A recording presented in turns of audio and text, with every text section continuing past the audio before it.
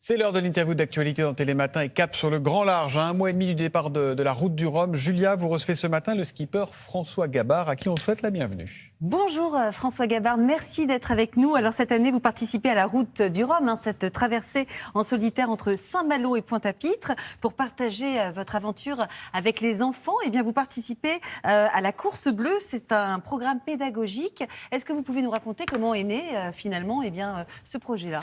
En fait, quand on a lancé le projet du trimaran SVR Arctic, le sponsor a créé un fonds de dotation qui s'appelle Cresc for Oceans pour la préservation des océans. Et un des axes de ce fonds de dotation, c'est de sensibiliser les jeunes, et ce kit pédagogique a été créé donc, en partenariat avec la Fondation de la Mer et le ministère de l'Éducation nationale.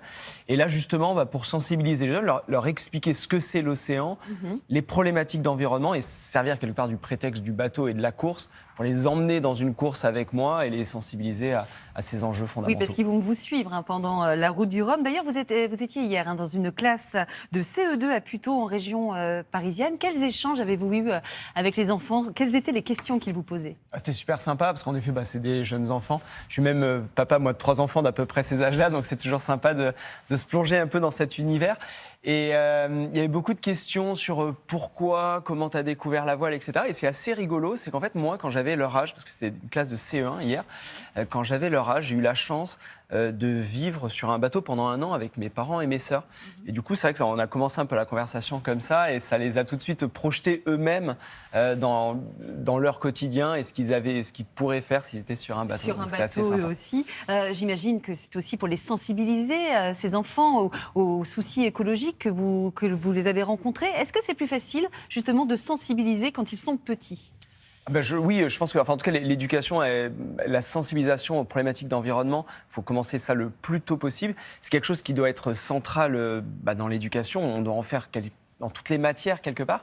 Et je pense que c'est plus facile quand on aborde avec un sujet justement différent, quand on prend l'exemple du bateau, de la voile, d'une course, pour arriver à les rentrer sur un sujet important comme celui de l'environnement. De passer par le ludique pour faire passer les messages les plus importants. C'est ce que disait le professeur, c'est plus facile de faire passer un message parce que du coup, on capte leur attention.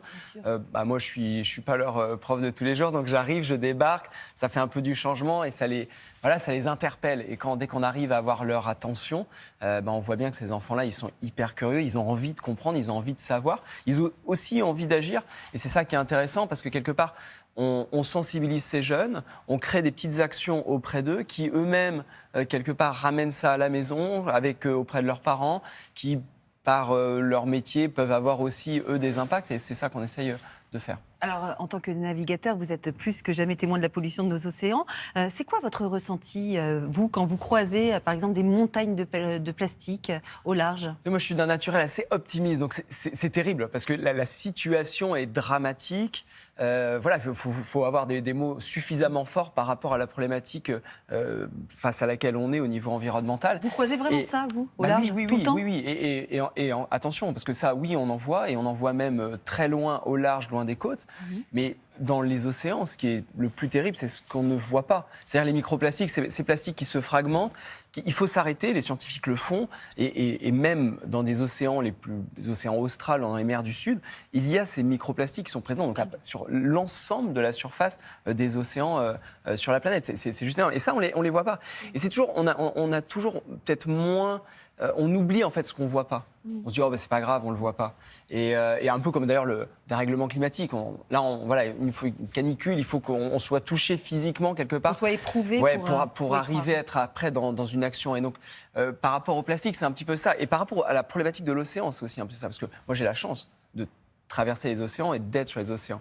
Mais forcément, si on n'y va pas, si on se dit c'est un peu loin, c'est pas notre problème, c'est décalé. Mais en fait, c'est faux parce que ce qui se passe dans les océans, c'est vraiment très important. Enfin, la planète ne peut pas être en bonne santé si les océans ne sont pas en bonne santé. Donc, alors, même si c'est loin, il faut en prendre soin. Forcément, on a envie de vous parler de la route du Rhum. Votre dernière route du Rhum, c'était en 2018. Là, le 6 novembre, vous reprenez cette course. On se souvient de votre arrivée d'anthologie avec Francis Joyon qui vous rafle la victoire à quelques 7 minutes d'avance. Vous êtes dans quel état d'esprit à 1 mois et demi du départ ? Je suis très très excité de reprendre en effet la mer sur la route du Rhum parce que c'est une course qui est, c'est la route du Rhum. C'est vraiment une des courses mythiques de la course au large française. J'ai grandi avec ça, ça m'a fait, voilà, c'est mes rêves de gosse et de gamin.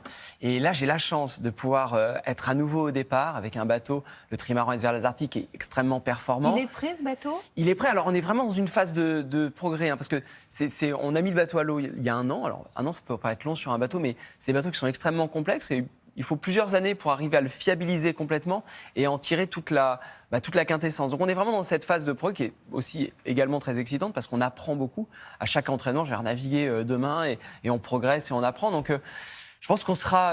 Vous serez prêt le 6 novembre? On sera prêt pour la route du Rhum et on sera probablement, je l'espère, encore meilleur dans les années qui viennent. Pas de problème d'homologation? Parce qu'il y a eu des soucis avec ce bateau. Alors j'espère, voilà, on va essayer de passer au-delà de tout ça et de se reconcentrer aujourd'hui sur le sportif et sur cette belle course. Bon, bah écoutez, on vous souhaite, qu'est-ce qu'on dit, bon vent? Bon vent. Il n'y a pas mieux à dire? Non, bon vent, c'est parfait. Eh bien, bon vent, François Gabard. On va suivre votre route du Rhum avec grand intérêt. Merci d'avoir été l'invité de Télématin. Merci beaucoup. Merci à vous.